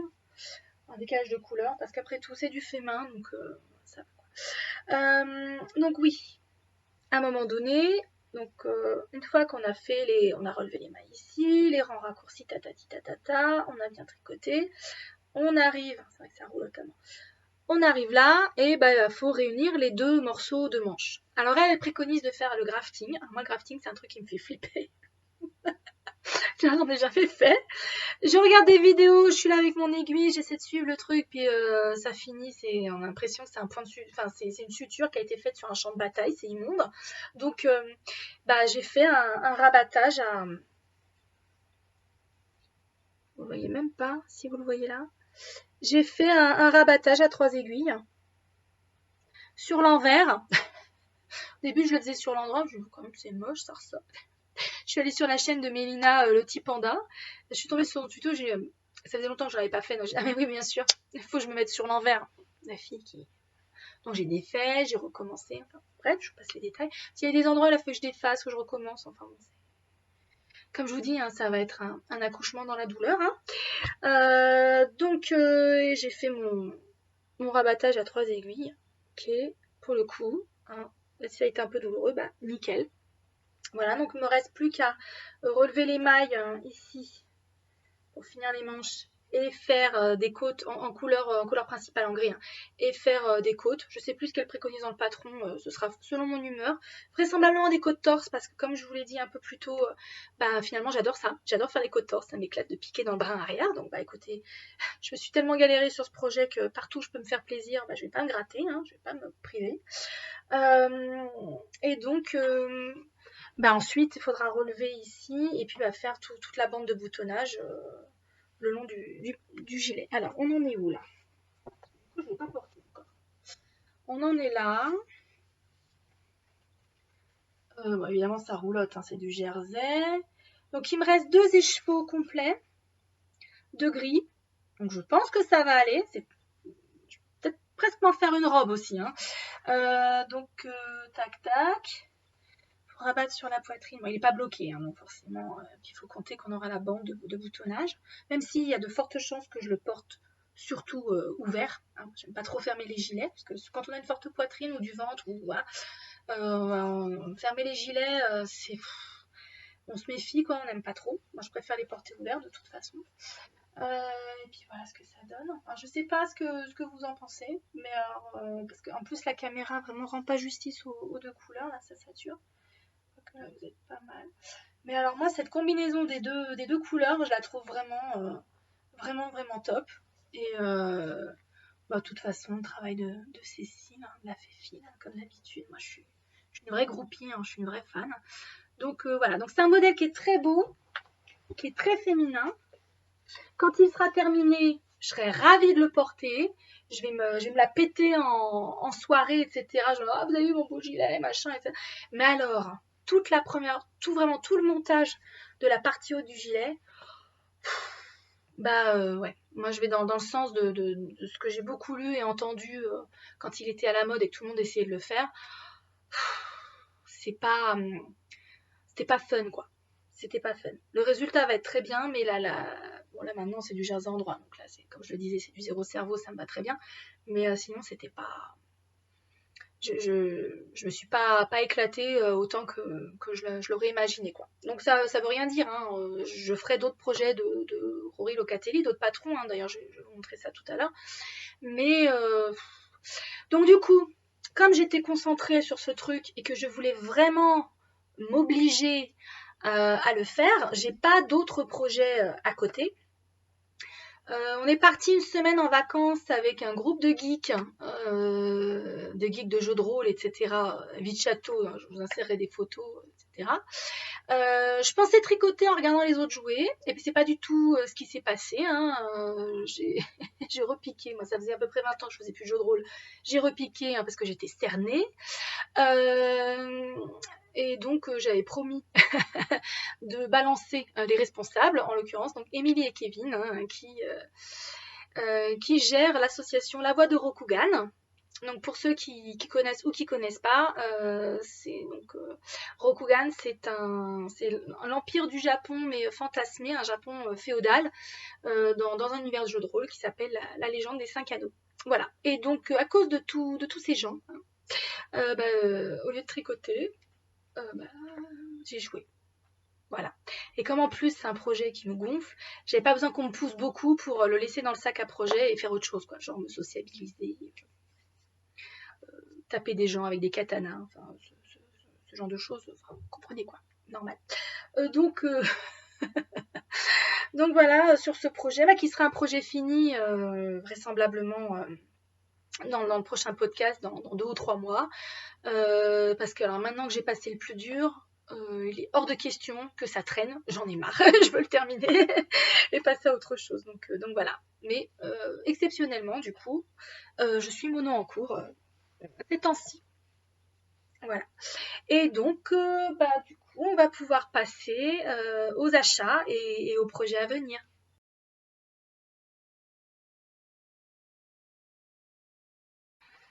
Alors, on passe aux achats slash acquisitions et aux projets à venir. Donc là, j'ai fait quelques achats en vue de projets bien précis. La première, c'est... oh la vache, c'est pas du tout cette couleur-là. Oh là là. Donc c'est beaucoup plus vert que ça. Hein. C'est vraiment un... Ouais, on dirait presque du bleu marine, quoi. C'est vraiment un bleu canard, bleu-vert canard. Enfin voilà, c'est pas du tout cette couleur-là. Bon, bref. C'est de la Malabrigo qualité Rios. Donc c'est de la DK dans le coloris 412 Teal Feather. Donc voilà. Hein. Donc c'est vraiment couleur pan, hein, si vous préférez, plume de pan, voilà. Donc j'en ai pris une quantité pull parce que j'ai envie de me faire le On the Grass de Rory Locatelli. Donc je suis pas rancunière, hein, un patron pareil. Donc j'ai fait l'acquisition genre il y a 2 ou 3 ans sur Ravelry. Un patron qui me plaît beaucoup. En plus elle l'avait fait dans un modèle vert. Enfin vraiment la couleur fonctionnait bien. Et puis au moment de passer ma commande sur l'année tricot, parce que pareil pour mon anniversaire j'ai eu des chèques cadeaux hein, pour aller faire une orgie sur l'année tricot, vous connaissez ça. Et donc du coup, finalement cette couleur-là que j'ai prise, cette couleur-là, enfin, vous la voyez mal, mais voilà. Donc un bleu vert canard, donc un plus froid que ce que Rory utilisait. Je crois qu'elle était sur Fresco Seco, le coloris qu'elle avait utilisé, donc dans la qualité Malabrigo, donc c'est vraiment la qualité qu'elle avait utilisée et que beaucoup de gens qui ont fait ce projet ont utilisé aussi. C'est vrai que c'est vraiment très très très joli. Donc c'est une laine retordue en DK. Et il y a de fortes chances que une fois que j'ai fini mon gilet, j'attaque ce pull, donc ce On the Grass, donc de Rory Locatelli. Voilà. Alors, autre acquisition, comme j'avais menacé de le faire dans la vidéo précédente, j'ai acheté de la Gumi 50 de Bergère de France. Donc ça c'est l'imprimé rose. Donc un coloris que j'aime beaucoup, je vous avais montré, j'avais tricoté des chaussettes avec, je les trouve tellement beaux, que je voulais me faire un gilet avec. Donc j'ai commandé la quantité gilet, donc 8 ou 9 pelotes. Quand Bergère de France a fait des promos. Voilà. Donc là, il faut que je trouve un modèle de gilet vraiment tout simple. Alors là, en fingering. Donc si vous avez des suggestions de patrons, parce que moi c'est vrai que les patrons que j'ai achetés finalement c'est beaucoup des gilets avec des tralala, mais vraiment un modèle tout simple de gilet avec juste une boutonnière, tout en jersey, et des côtes en bas, des côtes au bout des manches. Bon, je pourrais adapter peut-être le All Romance. Non, je déconne. Le All Romance, plus jamais quoi. Mais donc voilà, si vous avez des idées de patrons en fingering tout simple que vous avez aimé tricoter, bah écoutez, n'hésitez pas, je suis preneuse pour faire donc avec ce coloris imprimé rose que j'aime tant quoi. Ensuite, j'ai vu il n'y a pas très longtemps ma tante qui tricote, hein, celle pour laquelle j'avais fait ce pull en laine, ce gilet en laine Katia très très chamarré là, que j'avais présenté dans l'épisode précédent. Et à cette occasion, elle n'a rien trouvé de mieux, merci Tata, que de me donner de la laine Bergère de France. Donc là, je vous ai sorti une pelote de chaque, mais en fait, il y a une quantité quasi industrielle de ce fil qui est donc le Coton 50 de Bergère de France. Donc, du coton, ça tombe bien, j'ai horreur de ça. Donc 50% coton, 50% acrylique. Donc en noir et en blanc. Alors ça c'est la colle blanc et là c'est le coloris Zan, noir quoi. Alors par contre, par rapport au coton je regarde le fil. Hein. Par rapport, on va peut-être mettre sur le blanc, quoique c'est tellement. Non, on voit que dalle, bien sûr. Par rapport au coton de drop que j'ai mentionné tout à l'heure pour le pull rayé de ma femme, là on est sur une laine qui est quand même très retordue. C'est beaucoup plus fin, hein, puisque je crois que c'est du fingering. Hein. On est à quoi là? On est à 140 mètres pour 50 grammes. Donc 280 mètres pour 100 grammes. Non, on est entre. C'est de la sport. C'est de la sport. Ok. Et elle a l'air de bien se tenir, donc elle sera peut-être plus agréable à tricoter que la drops que j'ai utilisée pour le pull de ma femme. Mais bon, verdict l'année prochaine, hein, parce que je ne vais pas tricoter de coton avant le printemps 2020 maintenant. Hein, c'est hors de question. Mais en tout cas, c'était très gentil à elle parce que c'est vraiment des belles quantités et il y a moyen de faire un beau gilet ou un très joli pull ou même un châle avec des motifs en noir et blanc, quelque chose d'assez graphique. Ça peut être très sympa. Donc voilà, en tout cas, j'ai de quoi faire. Et la dernière acquisition que j'ai faite, c'est hier soir. J'ai acheté le nouveau patron de Steven West, son nouveau patron de châle en brioche. Alors j'ai noté, c'est le Flying Foxtail Shawl. Donc il vient de sortir. Il y avait un discount, il y avait moins 20% si on achetait le patron hier. Donc dès que j'ai vu sur Instagram, c'est là que je découvre la magie d'Instagram. Hein. Dès que j'ai vu sur Instagram qu'il y avait 20%, etc., je suis allée acheter sur Ravelry. Parce que, alors, si vous me suivez depuis un moment, vous savez que j'adore la brioche. C'est vraiment un point, une technique que je suis vraiment complètement accro à cette technique.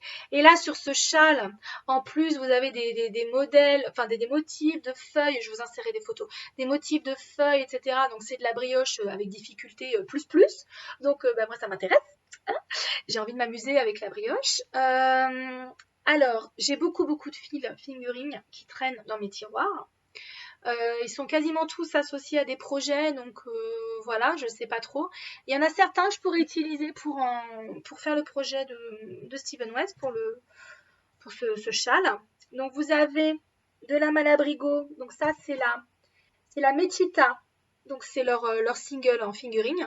Dans le coloris, qui s'est fait la malle, je le connais de toute façon, Sandbank. Donc cette espèce de beige qui tire un peu sur le taupe clair, le marron. Enfin, c'est une couleur qui est très intéressante, mais je m'en suis rendu compte en fouinant dans mes tiroirs, qui est très difficile à associer à une autre couleur. Donc faire de la brioche avec ça, faudrait que je trouve une couleur contrastante vraiment sympa. En gros que je mette ça dans mon sac à main, puis que j'achète chez les Louisel et que je sorte tous les écheveaux et que je vois avec quoi ça fonctionne. Quoi. Sinon, j'ai donc ça c'est de la Madeline Tosh, c'est de la Tosh Light dans le coloris Oak.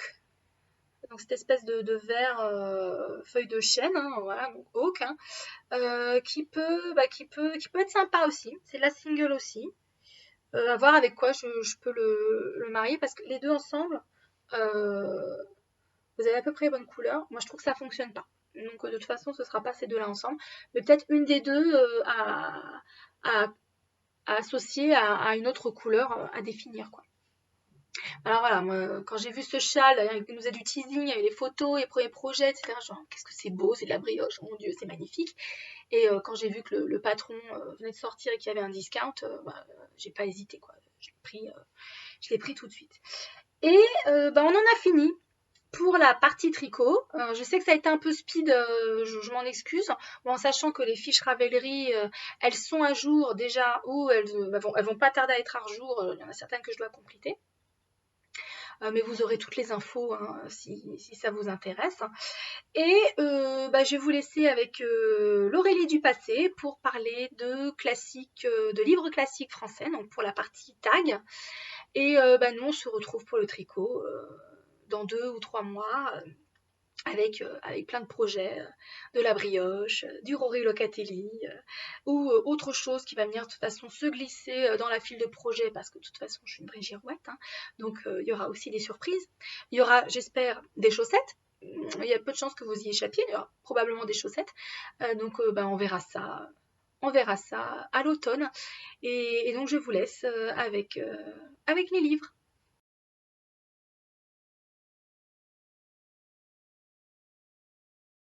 Donc, pour faire le tag sur les classiques français, donc voilà, je vous retrouve, hein, Aurélie du passé, c'est adapté, hein, on va dire. Comme je l'avais déjà fait dans le podcast précédent pour les classiques étrangers, on va essayer d'aller plus vite hein, dans les questions. Si vous voulez me voir creuser ou m'agacer sur certaines des questions de ce tag, écoutez, je vous renvoie vers celui avec les livres de la littérature étrangère que j'ai fait dans le podcast précédent.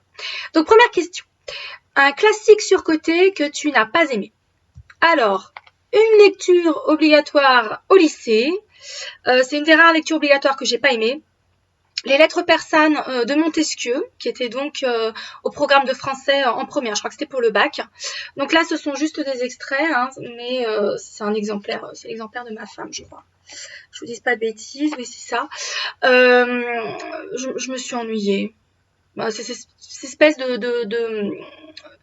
réflexion philosophique sur fond de querelle de harem. Non. Les auteurs des Lumières, il y a vraiment du lisible et du moins lisible. Enfin, moi, il y a vraiment des trucs, ça passe pas, quoi. C'est chiant. C'est chiant. Et les lettres persanes, moi, j'ai trouvé ça chiant. Voilà. Donc, un classique surcoté. Je sais pas si c'est encore le cas aujourd'hui, mais de mon temps, c'était une lecture obligatoire. Quasiment tous les élèves de lycée se le sont tapés. Non, c'est chiant. Voilà. Donc, la réponse à la première question. Question numéro 2. Ta période préférée pour lire des classiques. Donc alors, comme pour la littérature étrangère, il y en a plein. Il y en a plein de périodes que j'aime beaucoup. L'Antiquité, le Moyen-Âge, bien sûr, la Renaissance. Mais c'est pareil, s'il faut que j'en retienne une, ce sera le 19e siècle. La littérature, les classiques français du 19e siècle, c'est vraiment ce que je préfère. C'est la période la plus riche, celle qui me parle le plus, celle où il se passe tellement de choses. Et puis il y en a tellement d'auteurs qui sont bien documentés, qu'on connaît mieux, qui ont énormément produit. L'édition, les romans feuilletons, ça explose de tous les côtés. Donc c'est une période qui est particulièrement jouissive quand on aime la littérature. Donc voilà, c'est le 19e siècle français, c'est la période que je préfère pour les classiques.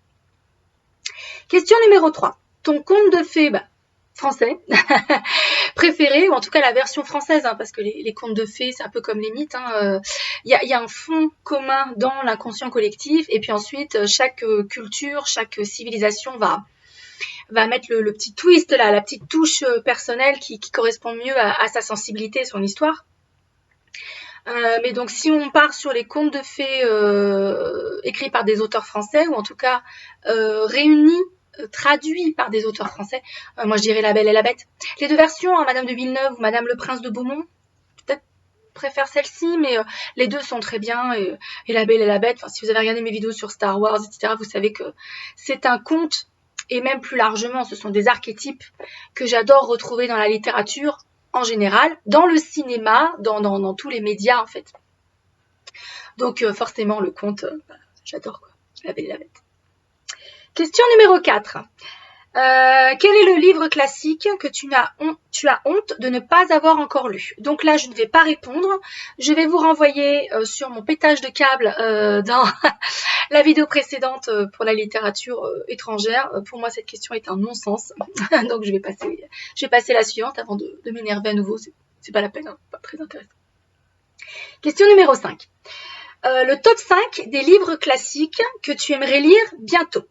Donc, comme je l'avais évoqué dans ma vidéo précédente, moi je lis selon mes humeurs et mon état d'esprit. Et donc, ça m'arrive aussi de commencer des livres et de ne pas le terminer parce que l'humeur est passée. Je reçois pas les sensations que je voudrais, ou je sens que le rendez-vous, je suis plus vraiment au rendez-vous, donc je mets le livre en stand-by et je le reprends après. Donc là, comme pour les classiques étrangers, j'ai quelques classiques français que j'avais commencé, que j'aimerais terminer, idéalement en priorité avant de me lancer dans la lecture d'un autre classique, mais on sait très bien que ça ne marche pas comme ça, hein, bien sûr.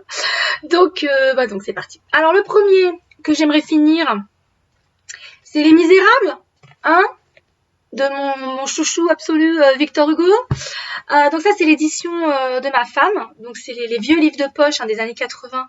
Et là, les Misérables étaient coupés en 3 tomes. Je crois que c'est encore le cas dans les rééditions chez Folio Classique, etc. Le premier tome, je l'ai lu. Le deuxième tome, je suis arrêtée pile en plein milieu depuis 2 ans et demi. En fait, c'est un livre que j'ai eu. Bon, on connaît tous l'histoire, on a vu les adaptations télé, les films, voilà, Jean Valjean, Cosette, voilà. C'est presque un conte de fées moderne, hein, Les Misérables, à ce stade, dans la littérature française, etc. Même dans l'inconscient collectif. Donc je connaissais déjà l'histoire avant de le lire. Mais évidemment, Victor Hugo, la plume est tellement belle que même quand on connaît l'histoire, il faut le lire, parce que c'est une expérience de lecture, vraiment. Hein. Ça se vit, hein, Victor Hugo. Au niveau de la beauté de la langue. Et donc j'avais démarré très très fort, j'étais au taquet et tout machin. Et puis c'est l'année où il a fallu que on s'est mariés, hein, donc j'avais quand même beaucoup de choses à faire pour préparer le mariage. Et donc je me suis arrêtée en plein milieu du livre consacré à Marius. Marius qui est quand même pas le personnage que je préfère, donc c'est un peu le creux de la vague en ce qui me concerne. C'est un peu chier à ce moment-là, donc je pense que ça n'a pas aidé. Mais bon, l'idée, ce serait quand même que je finisse, que je lise les 50% des Misérables qui me restent à lire, hein, à un moment donné. Donc, idéalement, que je reprenne bientôt, même si là, on va pas se mentir, je sais très bien que je suis pas d'humeur à le lire tout de suite maintenant, là. Je suis encore dans ma phase Star Wars, conte de fées, archétype, donc ça va pas intervenir tout de suite, mais bon. Oui, idéalement, Les Misérables. Je sais que je les finirai un jour parce que le livre est magnifique, hein, qu'on se comprenne bien. Il y a vraiment des passages que j'ai lus à haute voix parce que la langue était tellement belle. Encore une fois, avec Victor Hugo, on sent même dans ses romans qu'il est surtout poète à la base. Hein, donc voilà. Mais faut que je termine dans ces 4 quand même. Victor Hugo. Dans la même veine, le deuxième livre de mon top 5 là, de classiques français, j'aimerais finir. On a Chateaubriand, Les Mémoires d'Outre-Tombe. Donc c'est très marrant parce que Chateaubriand, j'avais lu Atala et René, je m'étais fait chier. Ça va, c'est des tout petits livres, mais j'étais là, bon. C'était bien écrit, mais bon, l'histoire m'avait pas captivé, quoi. Et puis, moi j'adore cette collection. Je sais pas si vous la connaissez, les classiques abrégés des éditions École des loisirs. Donc ce sont des éditions pour enfants, mais très souvent les éditions pour enfants sont tellement belles, sont tellement bien foutues que même adultes, hein, faut pas les snober, hein, faut vraiment regarder, il y a des choses très très sympas. Et moi ce que j'aime bien dans cette collection, c'est que ils sont abrégés de façon intelligente. Bon, moi j'ai toujours lu des classiques abrégés, hein, depuis que je suis toute petite. J'ai aucun problème par rapport à ça. Je sais qu'il y a des puristes dont ça hérisse le poil, à l'âge adulte, continuer à lire des classiques abrégés, c'est un non-sens. Non. non, moi, je trouve ça très bien. C'est l'occasion de découvrir une œuvre majeure de la littérature, dont on sait très bien que sous sa forme intégrale, ça peut être un peu indigeste. hein, un peu rébarbatif, etc. Donc bah moi dans cette collection typiquement j'ai découvert la Divine Comédie de Dante, les Essais de Montaigne, Don Quichotte, excusez-moi, Don Quichotte in extenso, non. Non, c'est insupportable. Je suis désolée, c'est pas possible. En édition abrégée, bah c'est très bien. Et donc je m'étais dit, bah Chateaubriand, Maman d'Outre-Tombe, cette espèce de réputation d'être un pensum, d'être un chiant quoi. Et donc je me dis, bah au moins les lire en abrégé. J'ai tellement aimé ce livre que j'ai enchaîné sur la vraie version pour les grands. Où il n'y a rien d'abrégé, il y a même les notes, machin, etc. Ouais, il y a des fois, il y a des pages avec énormément de notes de bas de page. J'ai enchaîné sur la vraie version. Alors, je crois que c'est en 5 ou 6 livres. Donc ça, c'est le livre 1. Celui où il raconte son enfance, son adolescence en Bretagne. L'image de ce père effrayant, castrateur, on est presque dans Donjon, là. On a vraiment une image du père qui est très, très sombre. Qui l'a marqué pour toute sa vie. Ça tombe bien, c'était la partie que j'avais préférée, ça et son voyage en Amérique, cette exploration en Amérique, c'était la partie que j'avais préférée dans la version abrégée. Donc du coup, j'en suis à peu près au tiers. Donc pareil, à un moment donné, j'étais plus d'humeur pour les Mémoires d'Outre-Tombe. En fait, la langue est très très belle, mais c'est un niveau de lecture qui est quand même assez exigeant. Donc faut avoir un peu d'énergie, enfin un peu de jus pour se lancer. Et à un moment donné, moi j'ai piqué, j'étais fatiguée, etc. Je me dis ok, je vais pas me gâcher une lecture qui est si belle. Je vais attendre d'être à nouveau en période ascendante et puis je reprendrai la lecture parce que c'est tellement beau. Pareil, il y a des passages entiers que j'ai lus une première fois, je me dis oh, c'est trop beau. Je les ai repris, je les ai lus à voix haute parce que ça roule sur la langue, c'est un bonheur de l'esprit et un bonheur pour les oreilles. Donc, ouais, si Chateaubriand vous fait peur, bah écoutez, je sais pas, faites comme moi, lancez-vous dans la version abrégée. Et puis, si vous accrochez, bah, retentez le vrai, quoi. Alors, le troisième classique français que j'aimerais lire, c'est Germinie la Certeux des frères Goncourt. Parce que alors moi, le naturalisme, Zola, etc., j'adore. Et j'avais vu dans une vidéo d'une nana sur YouTube, je crois, hein, qui parle des classiques français, qu'elle a adoré. Et elle a adoré celui-ci. Et c'est vrai que les frères Goncourt, on connaît le prix Goncourt, hein, mais voilà, c'est quasiment tout. Et en fait, ils ont écrit beaucoup de choses, quoi. Ils ont écrit des chroniques et des trucs comme ça, je crois. Et là, ça avait l'air bien dark. Ça m'a fait penser à un mix entre Nana et puis d'autres romans tirés des Rougon-Macquart. Donc je me dis, bah Banco, faut que j'essaye Germinie la Certeux. Donc celui-là, en plus, c'est pas un très très gros livre. Ma femme l'a lu, elle a beaucoup aimé. C'est son exemplaire d'ailleurs. Ouais. Donc moi j'aimerais le lire aussi, quoi. Alors, on continue, on avance un petit peu dans le XXe siècle, que je connais moins bien. Bon, il y a eu des lectures obligatoires à l'école, hein, comme tout le monde. Et puis après, moi, je me suis focalisée sur certains auteurs. Par exemple, j'aimerais, avant de mourir, lire tout Camus, par exemple. J'ai quasiment lu tout Barjavel. Voilà, tout Maurice Druon, quasiment lu tout Daniel Pénac. Et puis à côté de ça, il y a des auteurs que je connais absolument pas, donc j'aimerais bien y remédier un jour ou l'autre. Donc, j'aimerais lire Le Nœud de Vipère de François Mauriac. Je crois que j'ai jamais rien lu du mouvement du roman nouveau. J'ai jamais rien lu de Mauriac. Donc moi le pitch sur cette espèce de famille dysfonctionnelle où il y a un vieux règlement de compte là, ça a l'air sympa. Donc voilà, moi j'ai très envie de découvrir François Mauriac et puis peut-être après soit en lire d'autres de lui si ça m'a plu, soit découvrir d'autres auteurs du nouveau roman, ça serait sympa.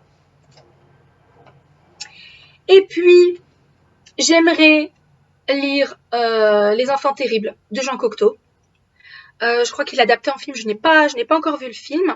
Par contre, Cocteau, j'aime beaucoup son côté onirique, une partie de sa filmographie, donc Orphée, La Belle et la Bête, hein, c'est mon adaptation préférée encore à ce jour du conte de fées, La Belle et la Bête, c'est tellement onirique, c'est tellement...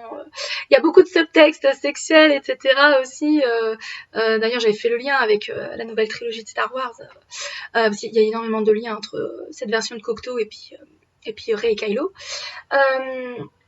Et puis, ouais, donc moi, ça m'a donné envie de découvrir un autre aspect de l'art de Jean Cocteau. parce que c'était vraiment un artiste complet, hein. Un peu comme Jean Marais, hein, son chéri, Jean Marais qui peignait, qui écrivait, qui était vraiment un artiste complet aussi, et c'est vrai qu'on le connaît en tant qu'acteur, mais voilà, donc Jean Cocteau, j'ai bien envie de m'intéresser à ses livres. Alors pareil, c'est un tout petit truc, donc ça c'est le coup, c'est une après-midi quoi. Donc ça, ce serait mon top 5 d'aujourd'hui. Demain, à l'exception éventuellement de Chateaubriand et Hugo, ça peut tourner, hein. Pour aujourd'hui, on va dire que c'est ça mon top 5 des classiques français que j'aimerais lire ou finir bientôt. Question numéro 6. Ton livre moderne français inspiré d'un classique. Alors en fait, c'est pas vraiment un livre moderne, enfin, c'est un classique moderne. Donc pareil, j'avais expliqué dans ma vidéo précédente, là, dans la version pour la littérature étrangère, ce qu'on entendait par classique moderne. Donc pareil, je vous renvoie vers cette vidéo si vous voulez creuser. Donc là, j'ai un classique moderne français inspiré d'un classique classique. En l'occurrence, il s'agit de l'Antigone de Jean Anouilh, qui s'inspire bien sûr de l'Antigone de Sophocle. Donc, un classique moderne français, une pièce qui s'inspire d'un classique de la littérature grecque antique, donc Sophocle. Voilà, j'adore la pièce de Sophocle et j'adore la version de Jean Anouilh. Je me demande même, faudrait que je les relise, mais je me demande même si je ne préfère pas la version, la vision d'Anouilh à l'original dont il s'inspire, qui est évidemment qui fait partie de la trilogie thébaine et qui, avec Oedipe Roi, etc., et pareil, est un fondement de notre inconscient collectif et de notre culture. Voilà. Donc voilà, ma réponse ce serait l'Antigone de Jean Anouilh, que je vous invite à lire si vous ne l'avez pas encore fait, parce que c'est vraiment une très très belle pièce, c'est un très très beau texte. Alors, question numéro 7. Ton film préféré inspiré d'un classique, un classique français là, en l'occurrence. Alors, sans hésiter, La Reine Margot, donc le film de Patrice Chéreau, inspiré de la pièce, n'importe quoi, du roman d'Alexandre Dumas. Et entre nous, je dois vous faire une petite confession, j'ai préféré le film au roman d'Alexandre Dumas. Alors, Alexandre Dumas, c'est un auteur que j'aime beaucoup, moins que Hugo, etc. Mais bon, les péripéties, Dumas, c'est quand même du caviar quand on aime, alors pour le coup, le romanesque, hein, pur jus. Le roman est bien. Alors, je l'ai lu après avoir vu le film, donc ça m'a peut-être pas aidé. J'ai vu aussi le film avec Jeanne Moreau. Alors, elle est vénéneuse, elle est parfaite, hein. Donc, cette version avec Jeanne Moreau, d'ailleurs, qui colle mieux au roman de Dumas, je l'ai pas trop aimé. J'ai beaucoup moins aimé que l'approche plus moderne, plus trash, plus théâtrale, enfin visuellement ce film c'est un bijou de Patrice Chéreau. En plus avec un casting, excusez-moi, Adjani au top de sa sensualité, il y a des scènes dans ce film où elle fait presque peur. On sent que c'est une Valois quand même, c'est bien la fille de sa mère Catherine de Médicis quand même, il y a un truc. Il y a des moments où elle est presque glaçante, terrifiante, et puis il y a des moments elle est éthérée, elle est presque angélique. C'est vraiment un film au top à tous les niveaux. La cinématographie, la photographie, les acteurs sont tous impeccables, bien sûr. C'est le top du top, la crème de la crème, hein, comme on dit. Le réalisateur, bon, Patrice Chéreau, c'est un réalisateur que j'aime beaucoup son travail, en fait. Hein. Et on sent qu'il vient du théâtre. Hein. Il y a vraiment une théâtralité dans ce film. On sent que c'est quelqu'un qui vient du théâtre qui a réalisé ce film. Je ne sais pas si c'est très clair ce que je raconte, mais voilà. Ah, bon, je pourrais me gargariser sur ce film, vraiment, chanter les louanges pendant des lustres, vous avez compris. La Reine Margot, inspirée du roman de Dumas. Quel chef-d'œuvre, quoi. Quelle merveille, ce film. Alors, question numéro 8, l'inverse. La pire adaptation en film d'un classique français.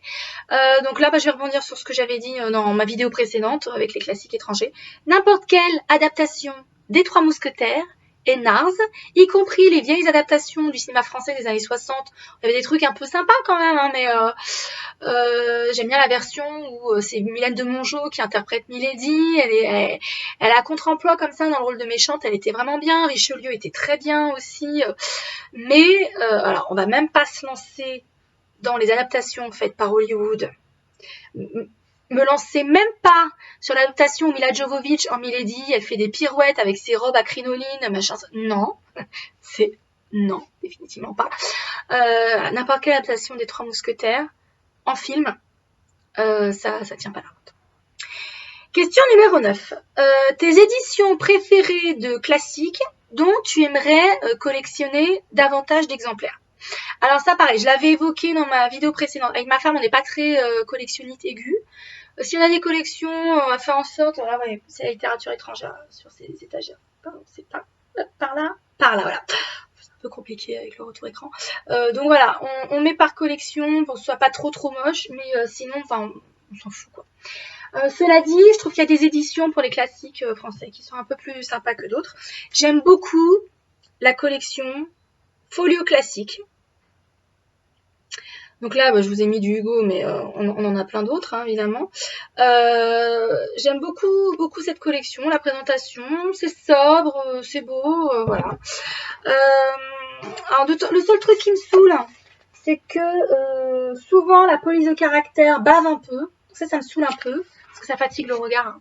Ça n'est pas très clean. Ouais, là aussi, hein. Au travers de la mer, hein, pareil. Ça bave un peu. Ce serait le seul bémol. Sinon, bien sur les étagères. Que ce soit les rééditions où vous avez le nom de l'auteur qui est en couleur. Et les couleurs changent en fonction des auteurs. Ou les vieilles éditions où tout était en noir. Voilà. Folio classique. Je les aime beaucoup. Et puis sinon, pour le côté un peu plus fun, alors certes sur la tranche, ça jure par rapport aux autres. C'est vrai que les poches françaises sont souvent avec la tranche blanche. Là, ça jure. Mais moi, je m'en fous. J'aime beaucoup les éditions Pocket pas chères. Alors, vous avez le prix qui est indiqué dessus. Donc, ça fait peut-être un peu vulgaire. Je sais pas. Peut-être que les puristes, les bibliophiles aiment pas. Mais moi, j'aime bien. C'est carrément gratuit. Donc, moi, je les aime bien. Souvent, les photos en couverture, elles sont assez classe. Assez sympas.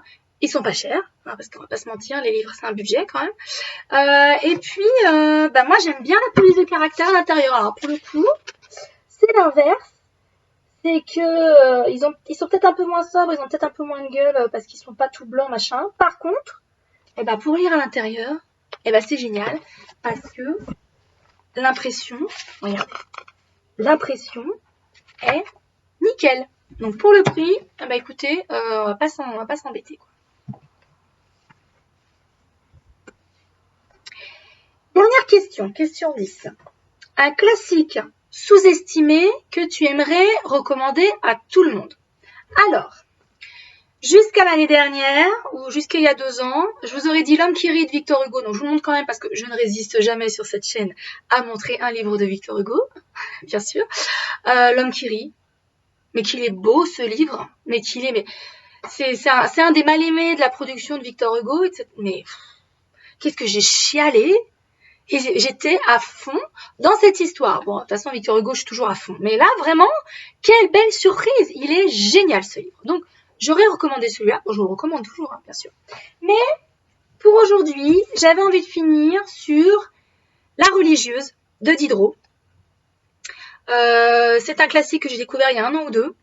Grâce à une chaîne Booktube, une Française qui avait fait son top 10, pareil, de ses classiques préférés. Moi, Diderot, je me méfiais parce que Jacques le Fataliste, machin. Les auteurs des Lumières, ça rejoint ce que je disais au début de ce tag. Hein. Bon. Rousseau, chiant, contrat social, machin. Voltaire, c'est chiant aussi. Enfin, je m'excuse, mais moi, c'est des auteurs. J'adhère complètement avec le mouvement des Lumières, ce que ce mouvement littéraire intellectuel a pu apporter à la société. C'est une étape fondamentale dans l'histoire de l'humanité. On est d'accord, mais les livres, faut se les fader derrière, faut les lire. Et celui-là, donc c'est un roman, et on suit cette jeune fille qui entre au couvent contrainte et forcée par sa famille, qui essaye tout, même une grève de la faim pour sortir du couvent. Elle ne veut pas prononcer ses vœux, elle ne veut pas rester au couvent, elle n'a absolument pas la vocation. Et c'est un personnage d'une force intérieure, d'une droiture. C'est un personnage, une héroïne, comme on en fait rarement, et comme on en faisait encore plus rarement à l'époque. C'est un livre révolutionnaire pour son temps. Évidemment, Diderot en profite pour torpiller la religion, l'Église catholique, cette espèce de pieuvre qui dominait tout, qui étouffait le discours public, qui étouffait la vie de combien de millions d'individus encore à l'époque. On est avant la Révolution française, hein, que les Lumières, que Diderot, etc. Enfin, tous ces auteurs ont largement alimenté. Ils ont créé les idées, ils ont créé le terreau nécessaire pour que la Révolution française se produise. Et on le sent complètement dans ce livre. Donc on peut lire à plein de niveaux de lecture différents. Déjà, de prime abord, c'est un portrait de femme d'une force. C'est magnifique, ce texte est magnifique.